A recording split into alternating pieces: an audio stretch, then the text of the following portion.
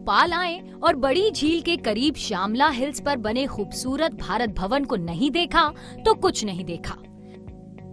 38 साल पहले कला, साहित्य और संस्कृति को बढ़ावा देने के लिए इस बेहतरीन कला केंद्र की स्थापना की गई थी और देश में पहली बार लगा जैसे किसी सरकार को कला संस्कृति की कोई फिक्र हो। इसकी परिकल्पना की थी कवि और तत्कालीन सांस्कृतिक सचिव अशोक वाजपेयी ने।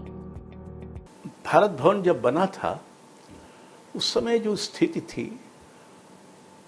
स्वतंत्रता के लगभग 25 वर्ष पूरे हुए थे और मोहभंग भी हो चुका था या हो रहा था और नई संभावनाएं भी प्रकट हो रही थी।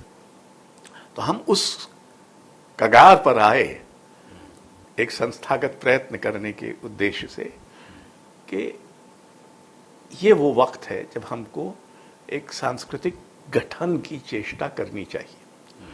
वो गठन किया, चला भी।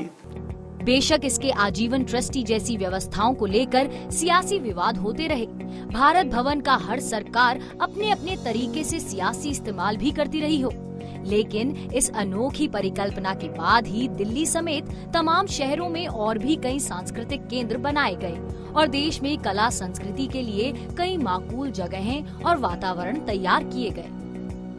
1982 में बनाए गए भारत भवन में कई रचनात्मक कलाओं का प्रदर्शन किया जाता है। मशहूर वास्तुकार चार्ल्स कोरिया के डिजाइन किए गए इस भवन के 5 अंग हैं। इनमें रूपंकर ललित कला का संग्रहालय है, रंगमंडल रंगमंच के लिए बना है, वागर्थ कविताओं का केंद्र है, अनहद शास्त्रीय और लोक संगीत का केंद्र है, जबकि छवि सिनेमा से जुड़ी गतिविधियों के लिए है। भारत भवन की जन्मकाल से जुड़े कलाकार मानते हैं कि पूरी दुनिया में भारत भवन की जो साख है वो और किसी सांस्कृतिक केंद्र की नहीं। लोक कलाओं को, आदिवासी कलाओं को, लोकगीतों को, लोक परफॉर्मेंस और लोक नाटक और इन सब को भी भारत भवन ने पहली बार प्लेटफॉर्म दिया, आर्ट की तरह रिकॉग्नाइज किया और उसको देश में और दुनिया में नोन होने में भारत भवन का मेजर रोल है। संस्थान लगभग 35-36 साल पुराना हो चुका है और इसने हिंदुस्तान के मतलब पूरे विश्व में एक अलग संस्थान के रूप में अपना एक स्थान बनाया है। हालांकि भारत भवन के पहले प्रशासक और इसे आकार देने वाले अशोक वाजपेयी मानते हैं कि अब इसका मूल स्वरूप नष्ट हो गया है। ऐसी शक्तियां हमेशा भारत में रही हैं जो बनाती कुछ नहीं है, तोड़ती जरूर है और तोड़ने को ही एक बड़ा भारी पराक्रम मानती है। और ये आज भी देख लीजिए, बना कुछ नहीं पाए हैं, तोड़ बहुत सारी चीजें रहे।